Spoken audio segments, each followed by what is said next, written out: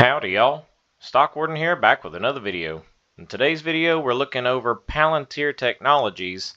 It's been about a month since we looked over Palantir Technologies, so there is quite a bit of ground to cover for the AI tech giant and where they're looking at heading into.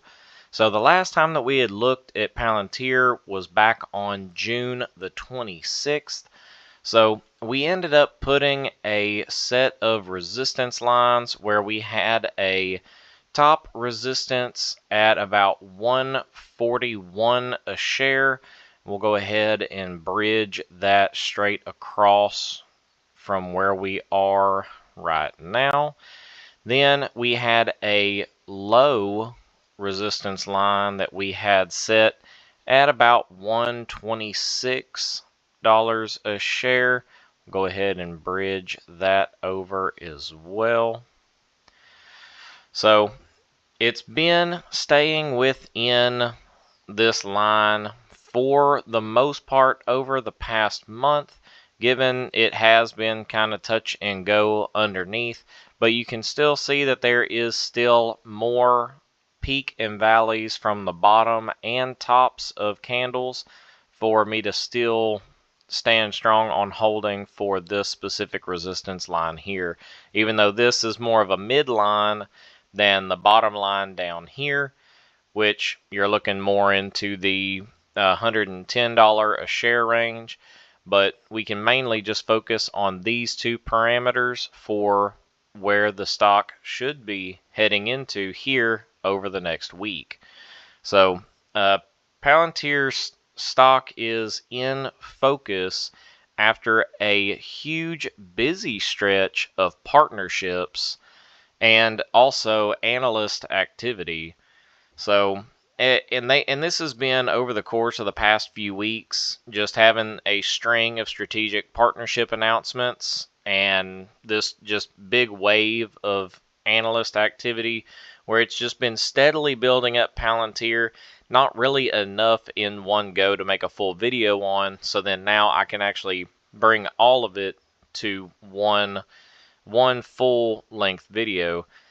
So now, even though they're trading near their recent lows, they should be heading, in my opinion, up into a more higher category, getting back up into the 130 and 140 ranges.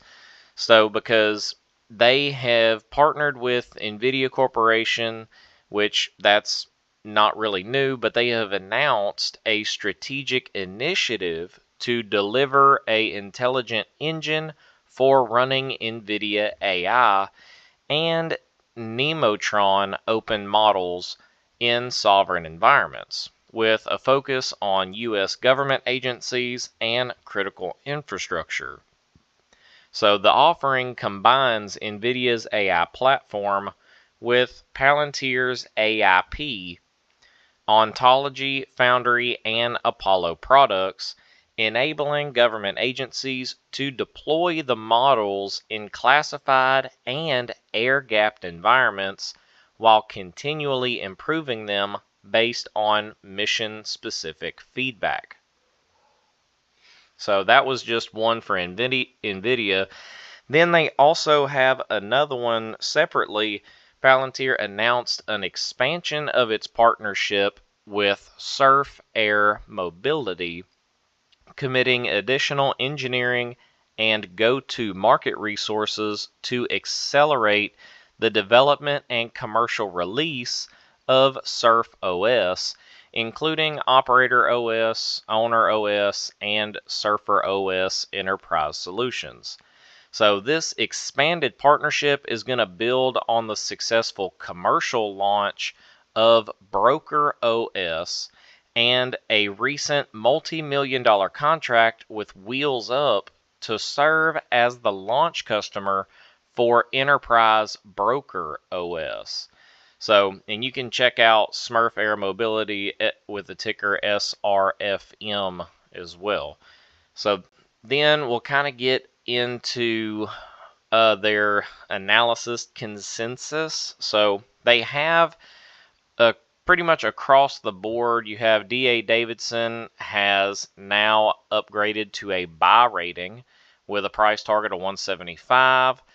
Wolf Research upgraded to peer perform, and Rosenblatt says it is a buy, and they're maintaining their price target at 225. And then there's also another set as well. I can't remember exactly. Let me look at my notes. You have Citigroup adjusted Palantir's price target to $200 from $225, but they are still continuing their buy rating. So that's pretty much a solid standard for all of the analysis, where they're all saying buy, peer perform, and anywhere from 175 to 225. So with an average price target of about $190 a share on the average for that. So that's really a good sign for Palantir Technologies as well. And then you also have the Palantir shares edging just slightly higher, but Palantir has been trading more than 0.02%.